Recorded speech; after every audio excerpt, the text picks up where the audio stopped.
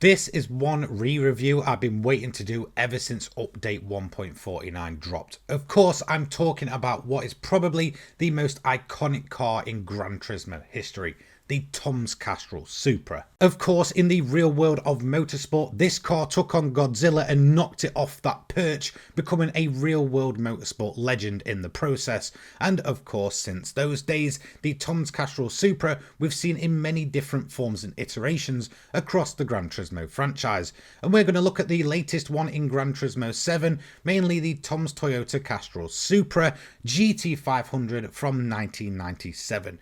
In terms of the stats and price, 1.8 million credits for this one is a little bit pricey. However, if you did get the special edition, you will get this car for free. It's a group 3 car with a PP rating of 705.87, a displacement of 1998cc, an FR drivetrain, 492 brake horsepower, weighing 1150 kilograms, and of course is turbocharged. And trust me, that turbocharger you are going to hear on this car like no tomorrow.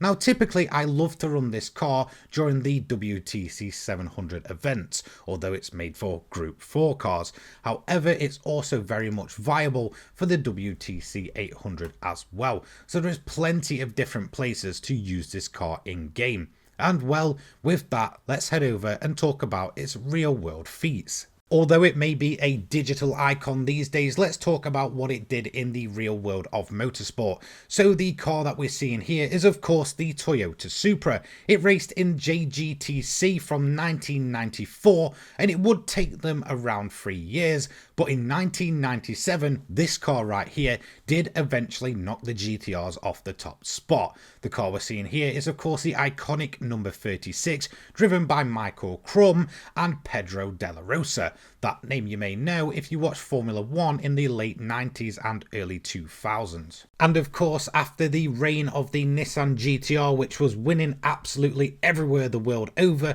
and of course most notably in JGTC, the Toyota Supra finally taking them on and eventually besting them was absolutely legendary among the world of Japanese motorsport. And of course, since then, it's been cemented as a Japanese racing icon in perhaps one of the most iconic colour schemes to ever exist. Of course, the Castrol colours of white, red and green, and of course the absolutely beautiful body shape of the Toyota Supra A80. Under the bonnet was a 2-litre engine, yes, you heard that right, pouring out almost 500 brake horsepower. Of course, combined with a ridiculous turbo, this car is considered amongst many as one of the holy trio of Japanese racing cars. Of course, those being the Nissan Skyline GTRs, Toyota Supra and the Honda NSX, all legendary GT500 cars in their own right. So of course, when it comes to digital form, Polyphony Digital have carried this car around like a little poster child of the series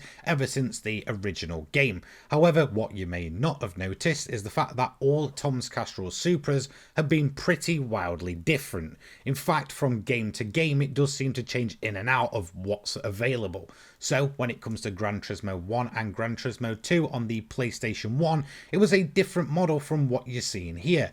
In fact, for those two games, it was the 1996 model. It was wildly different from what we're seeing here with the legendary 97 one. So of course on the 1996 model it was a whole different type of aero package. The main thing you may notice is that the 96 model just looked bulkier overall and seemed to have this fixed place rear wing. So instead of being sort of lifted up and then onto the wing itself, it was basically this kind of rectangular shape and there was multiple different colour variants. So of course it did have the typical legendary Castrol livery. However, there was a black version which of course kept the red and green, and a swapped version where it would be white and then red and blue as well, and that would carry over of course for Gran Turismo 1 and Gran Turismo 2. Of course that car was featured in many promotional shots for the game, many of the main menus and such. However, where it really cemented itself as an icon and a staple of the series was with Gran Turismo 3, and that's where the car featured in that incredibly legendary introduction,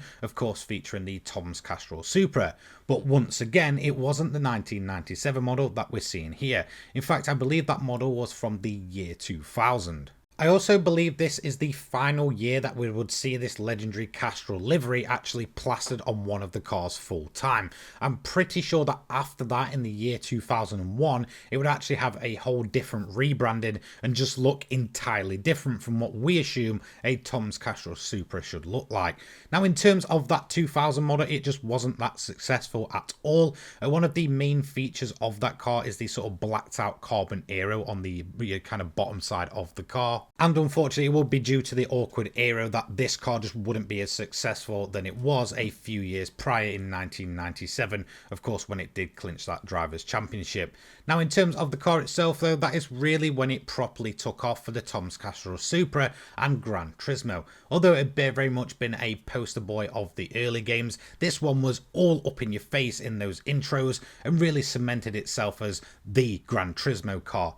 Now, of course, that car would stay in a bunch of the Gran Turismo games from Gran Turismo 3 up until Gran Turismo 6. So far I've spoke about the 96 variant and the 2000 variant when it comes to Gran Turismo. We do have, of course, the 2001 variant. However, that did kind of ditch the iconic Castrol livery in favour of a different kind of rebranding. So it's not really upon the same level as the next model that I'm going to talk about, which is, of course, the one you're seeing here, the 1997 variant. Now, you may be surprised to know that in terms of this car, it only actually entered in Gran Turismo 5 and is featured in 5, 6 and of course 7, in which it became a legend car, which we're seeing here. I would have to say, when anyone mentions the Toms Castrol Supra being an absolute legend, although this was really only showing itself off in more modern iterations, for me this is the Toms Castrol Supra, of course referring to the 1997 model.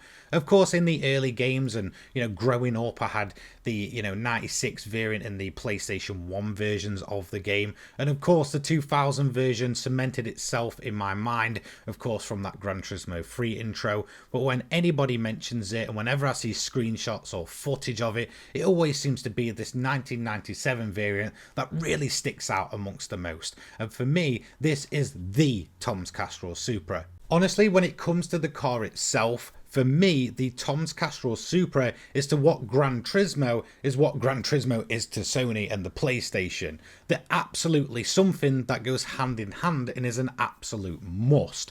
For me, a Gran Turismo game just wouldn't really be a Gran Turismo game without seeing the iconic Castrol colour scheme and, of course, it plastered all over a Toyota Supra. In the days before the internet was a key thing in absolutely every household, one of the best ways for me to learn about cars was playing the likes of Gran Turismo. And of course, since these cars were absolutely iconic and plastered everywhere, I wanted to learn everything I could about these vehicles, which meant that even all those years later, when the internet became the norm in a household, I was just researching these cars like no tomorrow. They became a kind of obsession for me. I absolutely adored them then as a child, and I still absolutely love them now. So for me, cars like this Supra GT500, NSX GT500, and of course the Skyline GTR GT500s absolutely have some insane staying power. So there we go, the Gran Turismo icon itself and mascot of the series, the Toms Castrol Supra. Now, I would absolutely love to do a deep dive video on the entire history of these vehicles, so feel free to let me know if you want one of those down below in the comments. Massive thank you for watching, take care guys, peace.